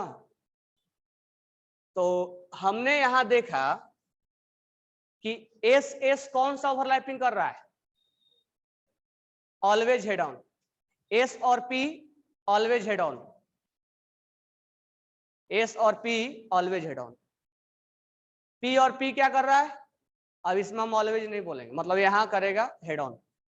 अब एक हेड ऑन जब हम पढ़ाएं, एक और दूसरा भी नाम होगा, तभी तो हेड ऑन हम बार बार नाम ले रहे हैं। एक हेड ऑन जब हमने पढ़ाया, एक दूसरा भी होगा ना।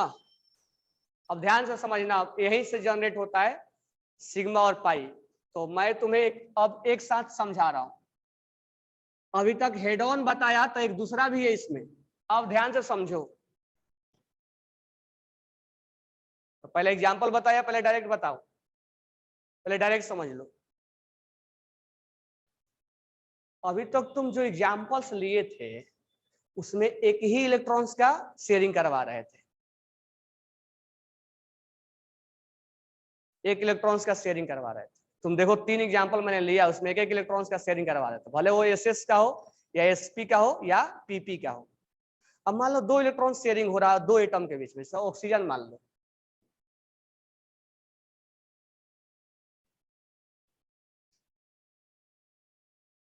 दिमाग में लेके चलो, ऑक्सीजन, ऑक्सीजन में 2, ऑक्सीजन के बीच में कितने इलेक्ट्रॉन्स शेयरिंग हो रहा है, 2 इलेक्ट्रॉन। बताओ ये इलेक्ट्रॉन्स कहाँ का होगा,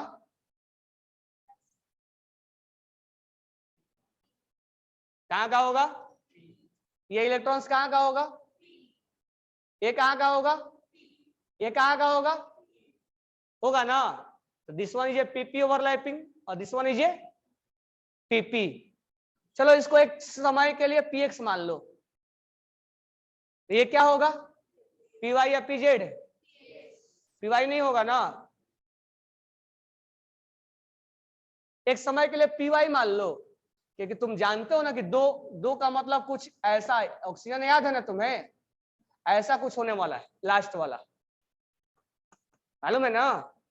इसको पीएक्स मान लो, अरे मत बोलो सर इसको पीएक्स मान लो, हम तो किसी को बोल सकते हैं। इसको क्या मान लेते हैं,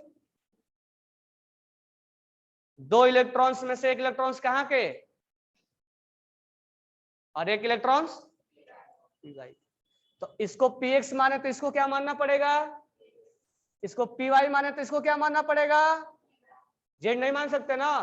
अभी समझा के लाया हूं, अब समझो ध्यान से। तो 2 इलेक्ट्रॉन है, एक इलेक्ट्रॉन्स कहाँ का है, पीएक्स का, और एक इलेक्ट्रॉन्स कहाँ का है, पीवाई का। तो ये एक्स है, और ये कहाँ का है, एक इलेक्ट्रॉन्स यहां है, एक इलेक्ट्रॉन्स ये किसका है, एक ऑक्सीजन का। एक ऑक्सीजन के कितने इलेक्ट्रॉन, यही दोनों पार्टिसिपेट करेंगे ना बॉन्ड में। एक पीएक्स का है और एक, क्लियर इतना चीजें, ये एक ऑक्सीजन का है। दूसरा ऑक्सीजन का इलेक्ट्रॉन्स कहाँ के हैं, कहाँ के हैं, पीएक्स के हैं, और दूसरा वाला कहाँ का है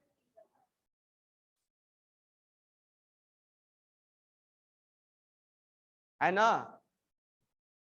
ये इलेक्ट्रॉन्स इसके साथ ओवरलैप हो रहा है, शेयरिंग में जा रहा है, यानी px का इलेक्ट्रॉन px के साथ शेयरिंग में, और py का इलेक्ट्रॉन्स py के साथ शेयरिंग में। क्या आएगा? अब समझो,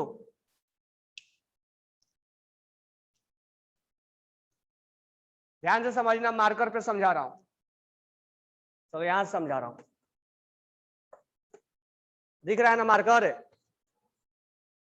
तुम लोग को नहीं दिख रहा है, पेन देना, 4 पेन दे दो।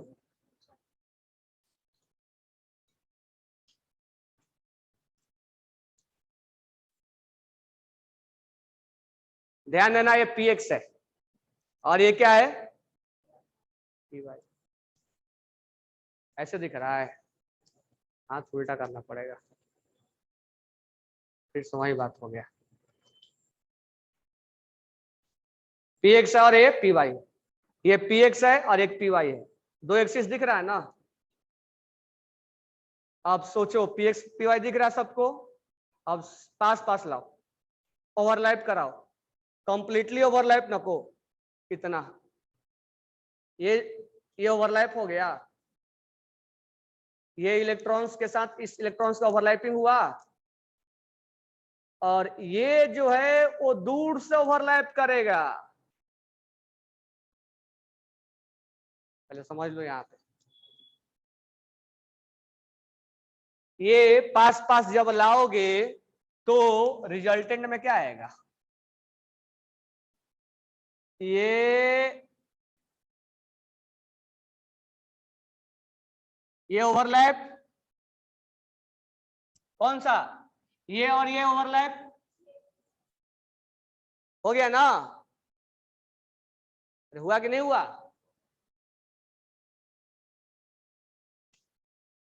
ये जो है py वाला,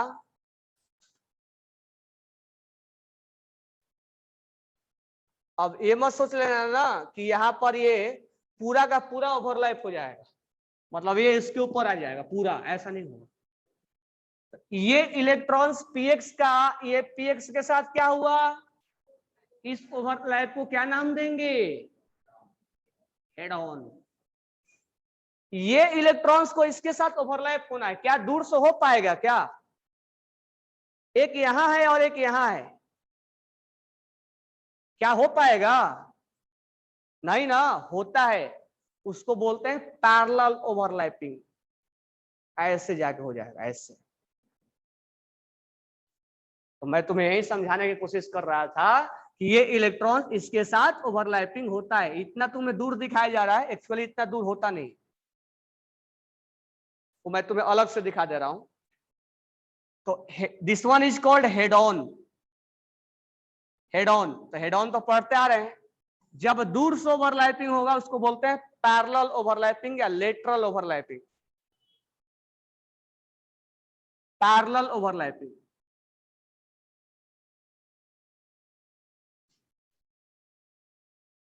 या लेटरल बोलते हैं, लेटरल ओवरलैपिंग, या उसको हम बोलते हैं side way, side wise overlapping. अब मैं इसको थोड़ा सा अलग से लिख दूं समझने के लिए, तो ये ऐसा होगा ओवरलैपिंग, ऐसा, इसको हम बोलते हैं पैरेलल। अब समझो हेड ऑन और पैरेलल में डिफरेंस, ये सामने से कैप आएगा, सामने से मिल जाएगा, direct overlapping is known as.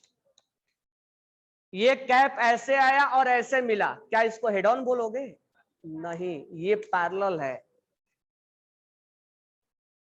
समझो, ऐसे ऐसे अगर आएगा तो हेड ऑन, सामने से सामने टकराएगा तो हेड ऑन, ऐसे टकराएगा तो पैरेलल, लेटरल, साइड वे।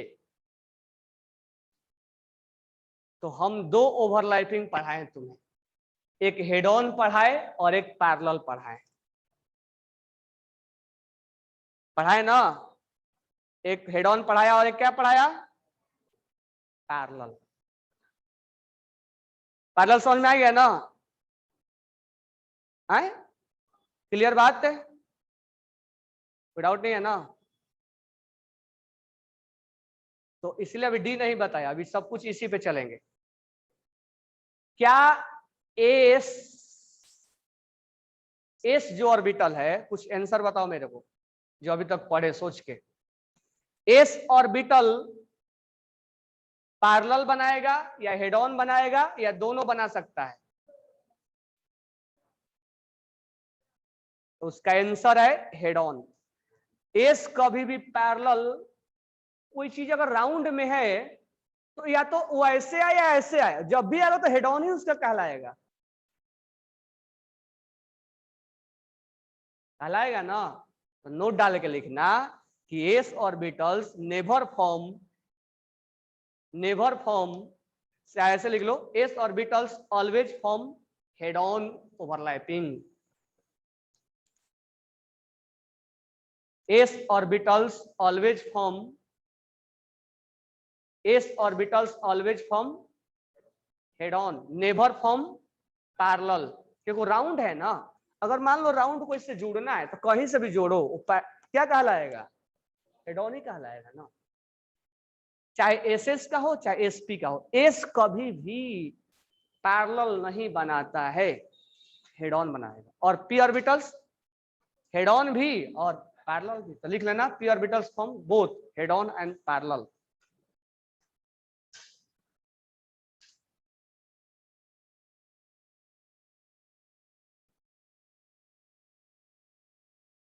बात हो गई क्लियर? अब आते हैं, अब मुझे तुम्हें समझाना है सिग्मा और पाई।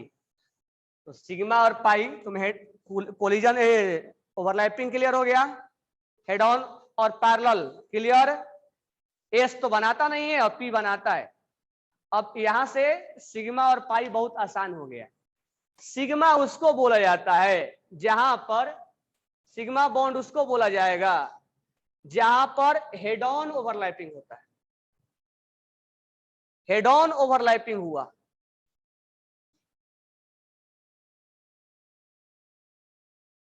यानी when two orbitals are head on overlap it form sigma bond। if two orbitals are overlap in parallel या साइडवाइज या लेटरल ओवरलैपिंग, लेटरल भी बोला जाता है, लेटरल या पैरेलल।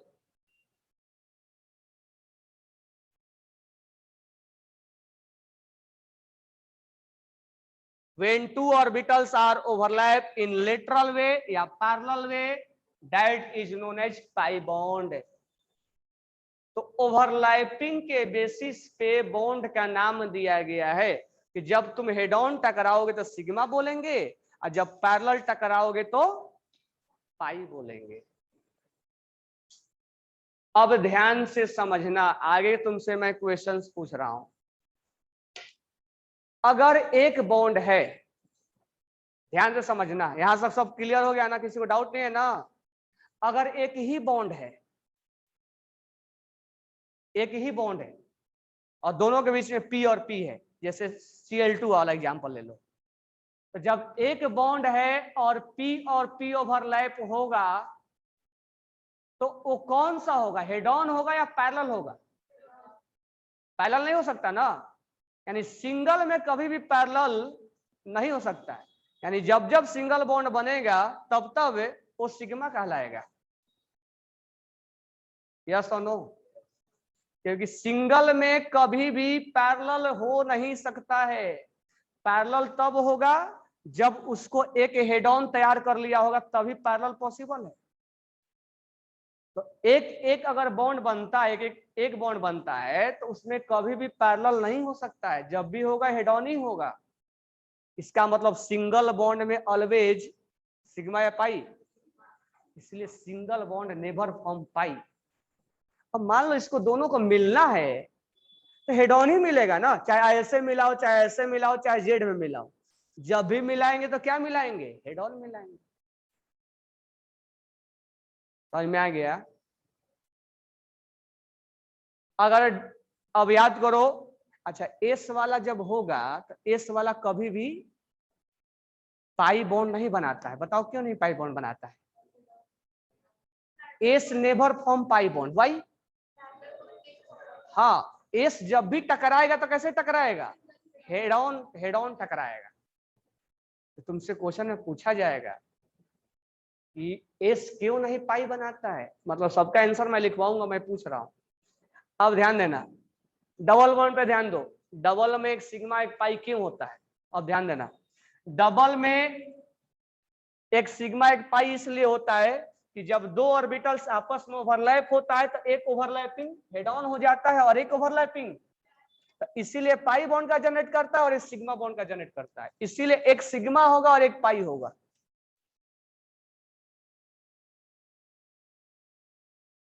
यानी डबल बॉन्ड में एक सिग्मा होगा और एक, क्योंकि एक हेड ऑन होगा और एक, अब ट्रिपल बॉन्ड में समझाएंगे अलग से एग्जांपल लेके,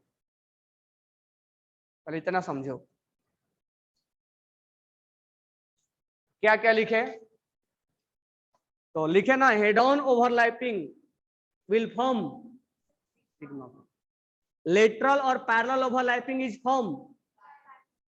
तीसरा, S never form pi bond because, लिख रहे हो ना, लिख लियो, लिख लियो तो नहीं लिखना, नहीं लिखो तो लिख लो, S never form pi bond because S orbitals always happen क्या?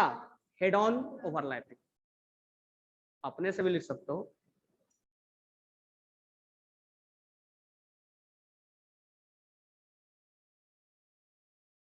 S orbitals always form head on overlapping. जब जब हेड ऑन होगा तब तक हम पाई बोलेंगे नहीं, यानी एस कभी भी नहीं होगा। एस कभी भी पाई नहीं बनाता है। तो पाई कौन बनाएगा? या तो पी या तो डी। तो डी के बारे में तो हम जानते नहीं, पी के बारे में जानते हैं।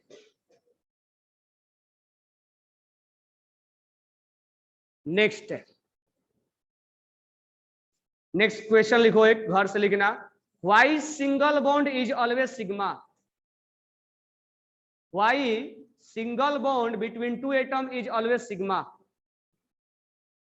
Y single bond between two atom is sigma? Why single bond between two atom is sigma? Answer लिखना घर से। क्या आंसर लिखोगे? हेड ऑन है। Single bond always head on होगा, चाहे एसएस का हो चाहे पीपी का हो चाहे एसपी का हो। नेक्स्ट लिखना, why in double bond between two atom, why in double bond between two atom, why double bond in two atom, one is sigma and another is pi, one is sigma and another is pi।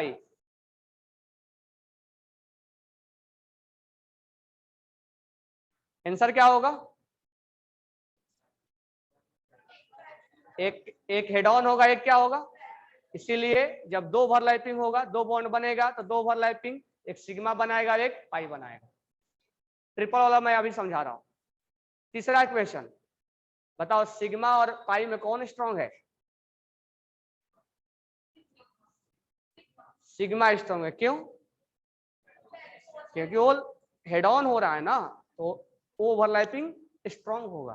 तो मुझे बताने की जरूरत नहीं पड़ा, इसी पे समझ में आ गया। तो लिख लो, sigma bond is stronger than pi bond. Sigma bond is stronger than pi bond. Sigma bond is stronger than pi bond.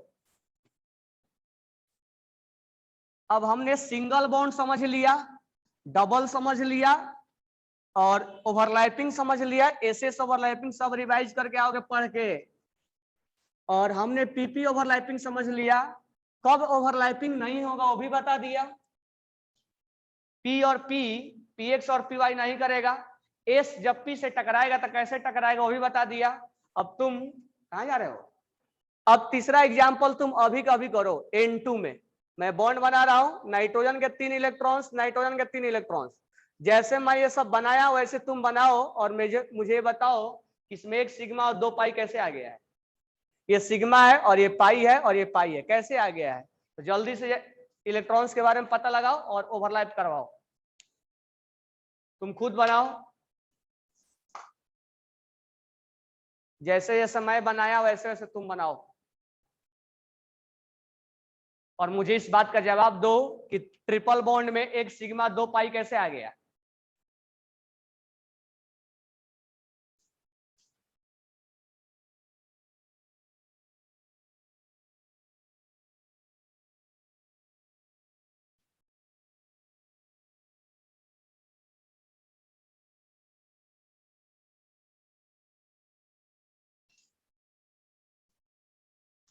तो तुम लोग जो बोल रहे हो 2 पैरेलल है, तो मुझे बताओ कौन कौन से पैरेलल तुमने चुने, तो तुम्हारे ऊपर है कि तुम किसको पैरेलल चुने।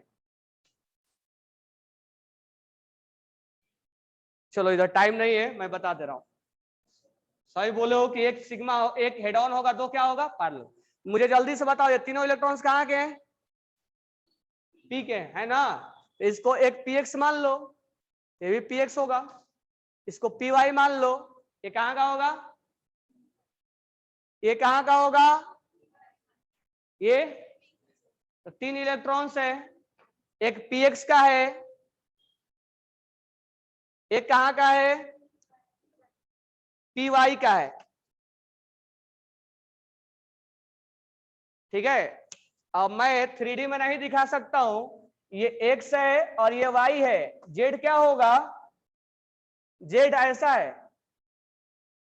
है ना। वो इमेजिन करना पड़ेगा तुम्हें।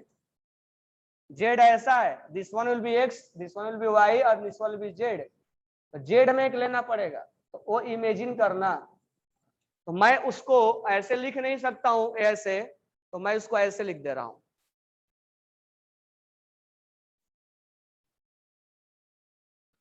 तो this one will be P X, this one will be P Y और this one will be P Z. Yes ना। अब ये मैंने एक नाइट्रोजन का लिखा, दूसरा नाइट्रोजन का, दूसरा नाइट्रोजन का ऐसा, ये पीएक्स हो गया ना।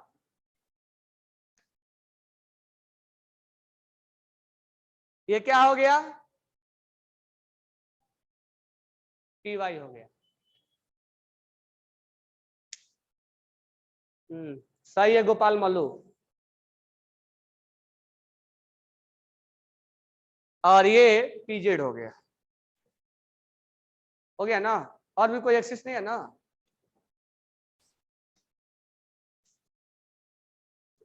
ये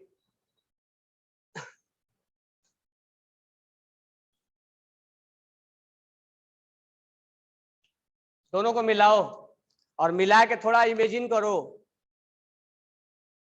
पेन लो, पेन को एक्स वाई और जेड में रखो, 6 पेन लो।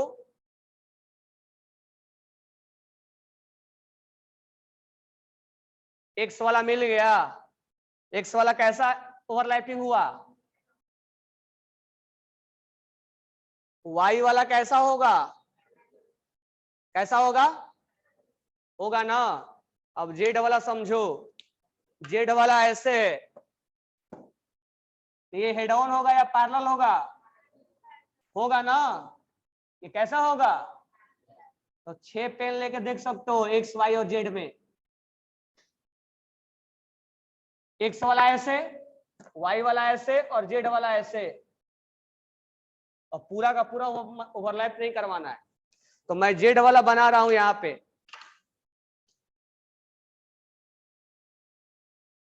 तो ऐसे दूर से दिखा दूं ना, समझ में आ जाएगा ना जेड वाला है। तो एक हेड ऑन हुआ तो ये क्या बना? ये क्या बनाया? ये क्या बनाया? तो एक सिग्मा 2, क्लियर।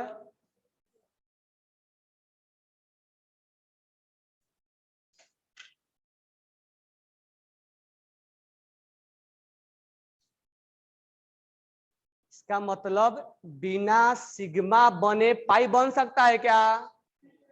तो लिख लेना, without sigma pi will not form, without sigma pi will not form. और घर से एक बार अच्छे से रिवाइज करके समझ के देख के आना, कोई डाउट है तो बोलना।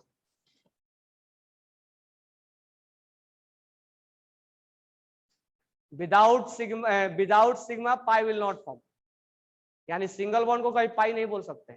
अब सारा आंसर कर सकते हो कि सिंगल बॉन्ड में सिग्मा क्यों होता है, डबल में सिग्मा एक पाई क्यों होता है, ट्रिपल में सिग्मा 2 पाई क्यों होता है, कौन वीक है कौन स्ट्रॉन्ग है, हेड ऑन क्या है, पैरेलल क्या है, कौन सा ओवरलैपिंग पॉसिबल है, कौन सा ओवरलैपिंग पॉसिबल है, इसके ऊपर क्वेश्चंस पूछा जाएगा।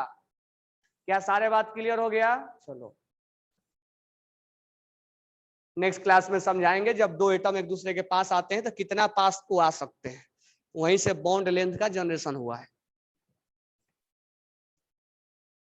तो थैंक्स टू ऑल।